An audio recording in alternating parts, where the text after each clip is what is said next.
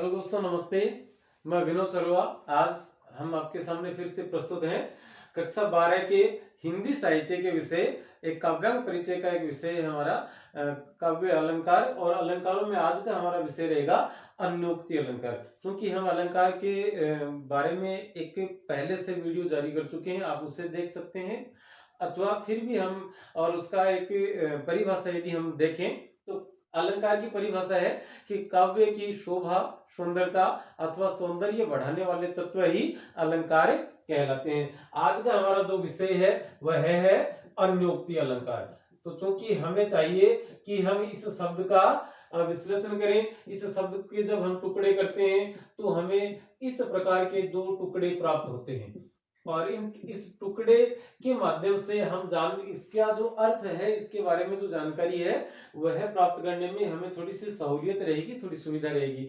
अन्य जो यहाँ नहीं है वह है, जैसे अन्य पुरुषवाचक सर्वनाम भी होते हैं। और उक्ति का अर्थ है कथन, कि जो यहाँ नहीं है उसके बारे में कथन कहकर जो यहाँ है उसके बारे में उसकी तरफ हमारा ध्यान आकृष्ट करना या उसका जान करवाना ही क्या कहलाता है, अन्योक्ति।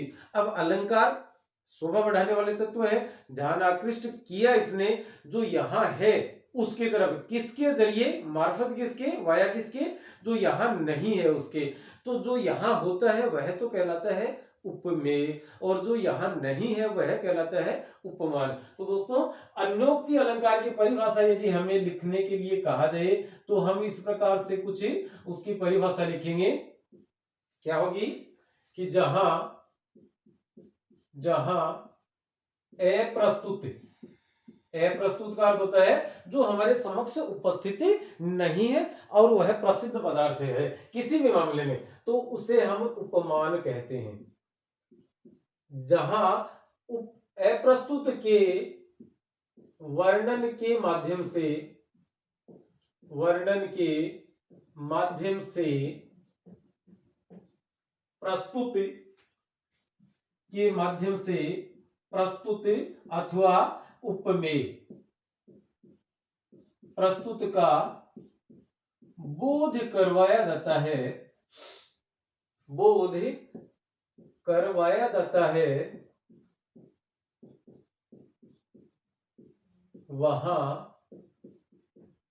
अन्योक्ति अलंकार, वहां अन्योक्ति अलंकार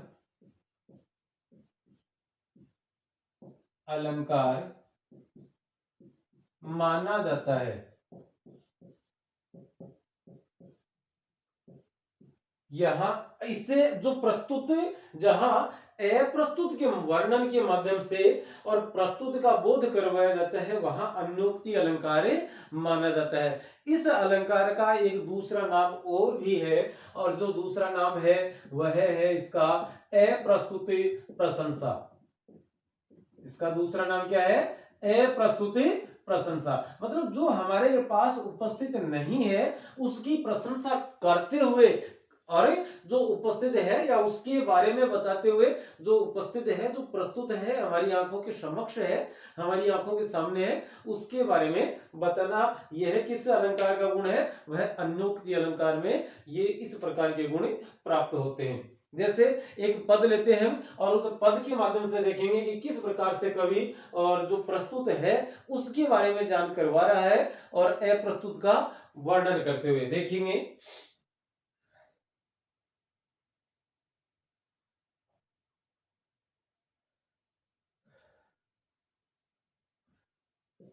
जैसे बिहारी का दोहा है, माली आवत देख कर,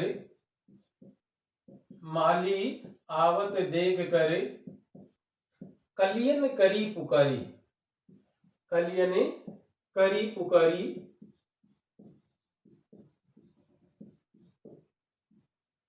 फूले फूले चुन लिए, फूले फूले चुन लिए,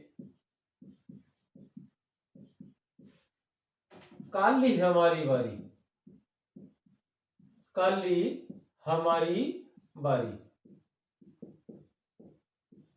इस पद को हम पढ़ते हैं तो अर्थ देखिएगा क्या प्राप्त होता है, क्या अर्थ निकलता है कि माली आवत देख कर कलियन करी पुकारी, कि माली को आता हुआ देख कर कलियां ये पुकार उठी, या कलियों ने ये कहा। कलियां जो जो ऐसी फूल के खिलने से पहले की जो अवस्था है वह फूल की खिलने की से पहले की जो अवस्था वह कली, कि माली आवत देख कर कलियन करी पुकारी, फूले फूले चुन लिए, कि कलियों ने कहा, माली को आते हुए देखकर कलियों ने कहा कि फूले फूले चुन लिए, जो फूल खिल चुके थे उनको चुन लिया गया है, उनको एकत्र कर लिया गया है, और कल ही हमारी बारी, और कल हमारी बारी आने वाली है, अथवा कल हम चुन लिए जाएंगे। इसका प्रस्तुत अर्थ तो यह है, लेकिन कवि का उद्देश्य यहाँ पर और किसी बाग का, किसी माली का अथवा किसी फूल का वर्णन करना नहीं है।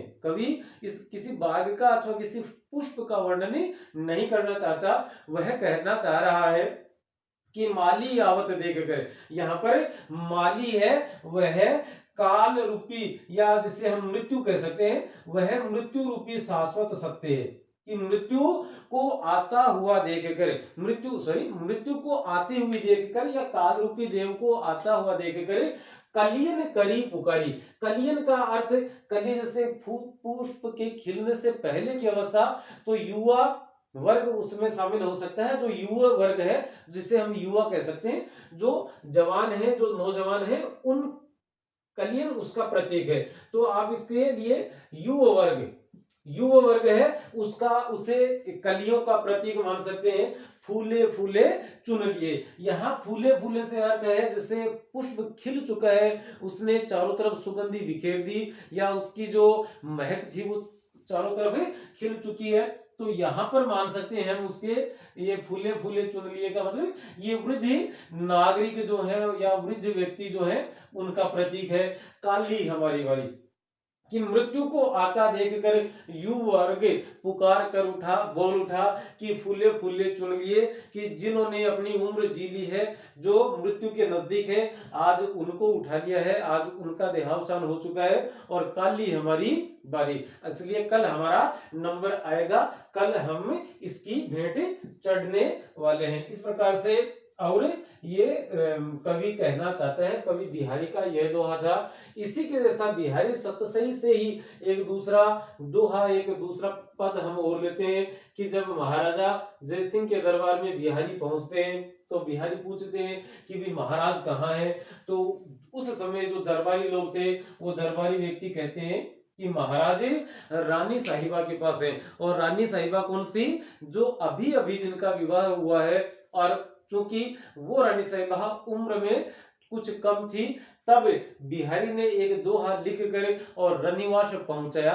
रनिवास में जो दोहा भेजा गया था वह किस प्रकार से लिखा गया था? नहीं पराग नहीं मधुर मधु, नहीं पराग नहीं मधुर मधु,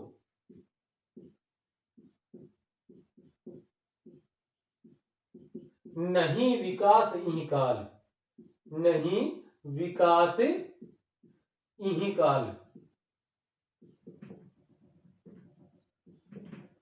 शायद इसमें ये था, नहीं पराग नहीं मधुर मधु, ये नहीं पराग नहीं मधुर मधु, नहीं विकास इहि काल, अली कली ही सो बंध्यो, अली कली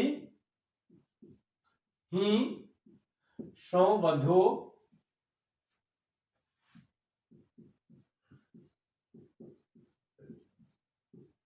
आगे कौन हवाल, आगे कौन हवाल।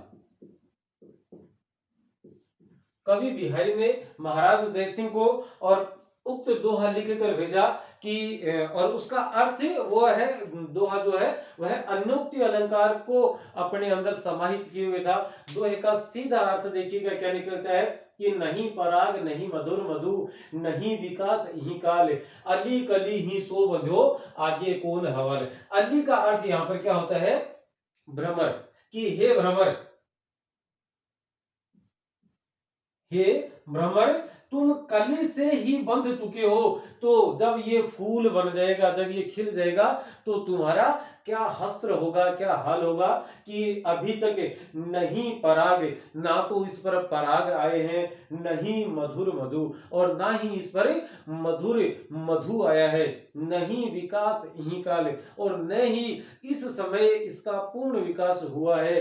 अली कली ही सो बंध्यो, हे भ्रमर अली, अली भ्रमर, हे अली तुम अभी इस कली से ही बंध गए हो, तो आगे कौन हवाल। तो जब यह पूर्ण रूप से पुष्पित हो जाएगा, तब तुम किसके हवाले होगे, तब तुम्हारा क्या हाल होने वाला है, पता कीजिए इसके बारे में। तब जब राजा जयसिंह ने यह पद पढ़ा, तब उनकी समझ में आया कि यह भ्रमर को सामने रखकर नहीं लिखा गया, बल्कि भ्रमर तो क्या था, प्रस्तुत था। अप्रस्तुत कौन थे, राजा, और राजा को लिखा गया कि नहीं पराग नहीं मधुर मधु। यह है रानी साहिबा के लिए इसका अर्थ निकल है कि नहीं पराग नहीं मधुर मधु, कि ना तो ये इस पर पराग है और ना ही ये मधुर मधु विकसित करने देने वाली अभी पूर्णतः विकसित हुई है, नहीं विकास ही काल, और न ही इनका शारीरिक विकास जो है वह पूर्ण रूप से हुआ है। अली, यहाँ पर अली किसके अर्थ में प्रयुक्त हो रहा है, यहाँ पहले पद में तो, पहले अर्थ में तो भ्रमर के लिए, और दूसरे अर्थ में महाराज के लिए, कि हे महाराज कली ही सो बंध्यो, कि आप तो इस कली से ही बंध गए, आगे कौन हवाल, कि आगे आप किस, आपका क्या हाल होगा, तो अभी आप संभल जाइए। तो इस प्रकार के जो दोनों पद हैं, देखिएगा ये कि यहाँ पर माली, कलियां, फूल खिले हुए और बारी नंबर आना, ये चार चीजें हैं। लेकिन कवि का अर्थ किसके रूप में था, कवि कहना क्या चाहता था कि मृत्यु को आता देखकर कलियां पुकार उठी कि जो खिल चुके थे उनको आज उठा लिया गया है, और कल हमारा नंबर, कल हमारी बारी आने वाली है। यहाँ पर भी देखने पर प्रथम दृष्टया अर्थ हम निकल कर आता है कि यहाँ पर कवि भ्रमर को संबोधित करते हुए कह रहा है, नहीं, भ्रमर यहाँ पर प्रस्तुत है। अप्रस्तुत क्या था, महाराजा जय सिंह, तो कि हे महाराज आप आज इस कली से ही बंध गए, रानी के लिए कली शब्द का प्रयोग हुआ है कि आज आप इस कली से ही बंध गए हैं, तो आगे कौन आप का क्या हाल होने वाला है, क्योंकि तब तक इनका शारीरिक विकास पूर्ण हो जाएगा, पराग आ जाएंगे, मधु आ जाएगा, और जब ये सब चीजें, इनके शारीरिक सौंदर्य, इनकी शरीर की संरचना, बनावट, ये जब बहुत ज्यादा सुंदर हो जाएगी, इनका सौंदर्य पूर्ण रूप से निखार में आ जाएगा, तब आपका क्या हाल होने वाला है। तो इस प्रकार से कवि बिहारी और कहना क्या चाहते थे, और इन्होंने दूसरा अन्योक्ति अलंकार का सुंदर प्रयोग करते हुए और प्रस्तुत अर्थ हमारे समक्ष रखा है। जैसे आज की राजनीति को यदि हम समक्ष रखें, तो एक पद निकल कर आता है कि साई घोड़न के अक्षत, साई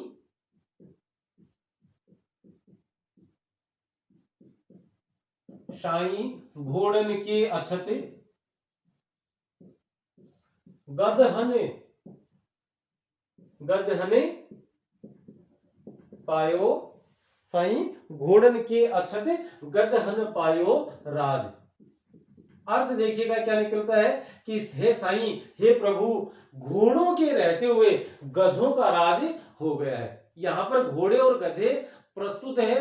कवि घोड़े और गधे किसके लिए प्रयुक्त कर रहा है, घोड़े शब्द आया है योग्य व्यक्तियों के, लायक व्यक्तियों के अथवा काबिल व्यक्तियों के लिए, और गधन, गधा शब्द किसके लिए आया है, मूर्ख, अयोग्य, नाकाबिल लोगों के लिए। तो यहाँ पर प्रस्तुत क्या था, घोड़े और गधे लिखा है, लेकिन घोड़े और गधे के रूप में अर्थ किसका निकल कर आता है, योग्य और अयोग्य व्यक्तियों के लिए, कि घोड़े, हे साईं, हे प्रभु, हे मालिक, घोड़ों के रहते गधों का राज आ गया है, या घोड़ों के रहते गधों ने राज प्राप्त कर लिया है।